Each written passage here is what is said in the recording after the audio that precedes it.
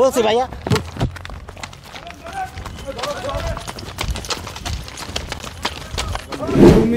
তুমি কি গাঁজা আর খাবা? হ্যাঁ, এখানে গাঁজা খাচ্ছিলে না? মাটির পারে আমাদের কোনো ভুল হয়ে গেলে কোনো ক্ষমা করে দেন ভাই। আমার তুমি কি আর গাঁজা খাবা না? শেষ।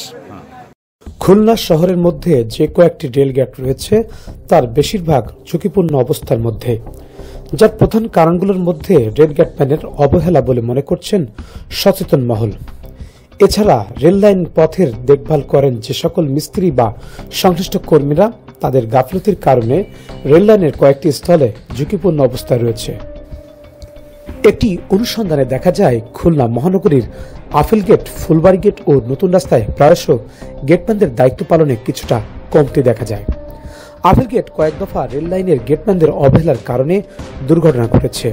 এছাড়া খুলনা নতুন রাস্তায় গেটম্যানরা তাদের দায়িত্ব বাদ দিয়ে কেউ চায়ের দোকান, আবার কেউ বাজারের নাইট গার্ডের দায়িত্ব পালন করছে। বলছি, আপনি ওখানে আপনার ডিউটিরত অবস্থায় আপনি চার ব্যবসা করতে পারেন না? না, এখন করেনি, কিন্তু এর আগে আমরা অবজারভেশন ফুটেজ আছে। এটা কি করতে পারেন আপনি? এটা কি ভুল হয়েছে না? জি। এটা কি করবেন আর না?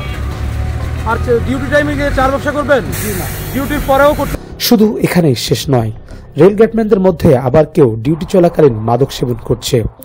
এমন চাঞ্চল্যকর তথ্য আমাদের কাছে আসলে বিষয়গুলোর সত্যতা যাচাইয়ের জন্য আক্রমণিক যাওয়া হয় নতুন রাস্তার রেল গেটম্যানদের কক্ষে। এ সময় হাতে নাতে ধরা পড়ে গেটম্যান হাসান। এক পর্যায়ে মাদক সেবনের কথা স্বীকার করেন এই রেল গেটম্যান হাসান। তুমি কি গাঁজা আর খাবা? হ্যাঁ, এখানে গাঁজা খাচ্ছিলে না? মাটির পারে আমাদের কোনো ভুল হয়ে গেলে কোনো ক্ষমা করে দেন ভাই। আমার তুমি কি আর গাঁজা খাবা না? শেষ। এতক্ষণ দেখলেন গেটম্যানদের কেলোর কীর্তি। এখন আসা যাক রেলপথ দেখভালের দায়িত্বে থাকা মিস্ত্রি ও কর্মীদের অপরাধের কর্মযোগ্য। আবারও ফিরতে হবে নতুন রাস্তা রেলগেটের পাশে। নুর ইসলাম নামে এক রেলগেট কিপারের স্ত্রীর নেতৃত্বে রেলপথের মিস্ত্রিকে দিয়ে অবৈধভাবে রেলপথের তলদেশ থেকে পানির পাইপ নেওয়া হচ্ছে।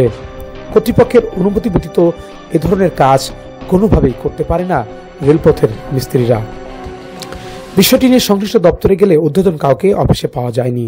তবে সাংবাদিকদের এই অনুসন্ধানের বিষয়ে দৌলতপুর রেল স্টেশন এলাকায় দায়িত্ব থাকা মিস্ত্রিদের আগেভাগে জানিয়ে দেন এই অফিস সহকারী।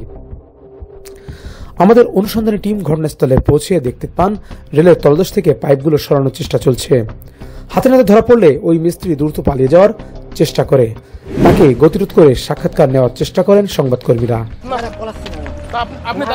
আমি বলি তো, আমি বলতেছি এইভাবে বলাচ্ছেন কেন ভাই?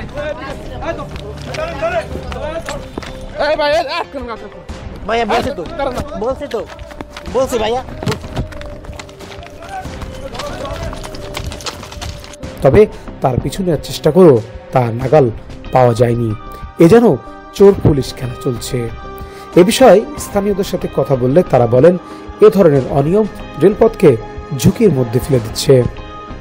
অন্যায়, আমি বলছি একজন মিস্ত্রি, হ্যাঁ অনিয়ম। আমার বুকে যদি বলতে আমি অবশ্যই আপনার সাথে কথা বলতে হবে। সে চলে গেল কেন? এইটা আছে বিষয়। সে দৌড়ে গেছে।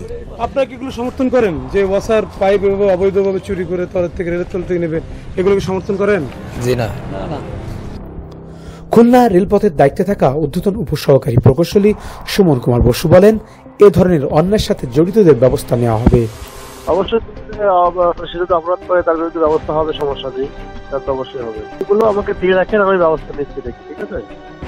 তবে এখন পর্যন্ত এই অপরাধ কর্মযজ্ঞের সাথে জড়িতদের বিরুদ্ধে কোনো ব্যবস্থা নেওয়া হয়নি বলে তথ্য উঠে আসে। আর নেওয়া হবে কিনা তা নিয়ে রয়েছে সন্দেহ। আমাদের অনুসন্ধান চলমান রয়েছে, তবে কেলোর কীর্তি আরও রয়েছে। দেখতে সাথেই থাকুন, অপেক্ষার পালা আগামী পর্বের জন্য। আলামির খানের ক্যামেরায় আবু হামজা বাঁধন, খুলনা।